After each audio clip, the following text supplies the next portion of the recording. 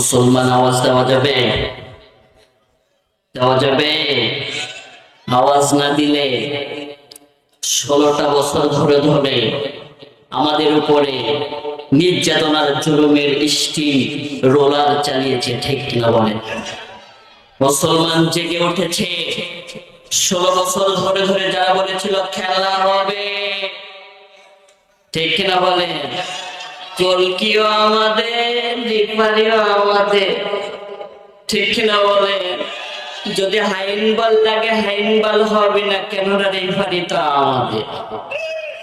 যদি প্লান্টিক হয় গোলের সামনে গিয়ে হাইন বল লাগে, হাইন বল তো ধরবে না কেন? গোল কি আমাদের, ঠিক কিনা বলেন?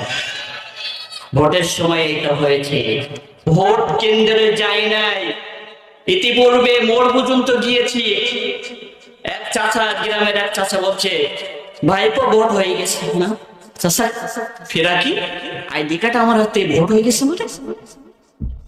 হয়েছে কিনা হয় নাই? কিন্তু দেখেন ওপরে আল্লাহ আছে। 1500 বছর আগে যে আল্লাহ ছিল, আজ 1500 বছর পরে প্রমাণ হয়ে গিয়েছে আল্লাহ অবশ্যই একজন আছে।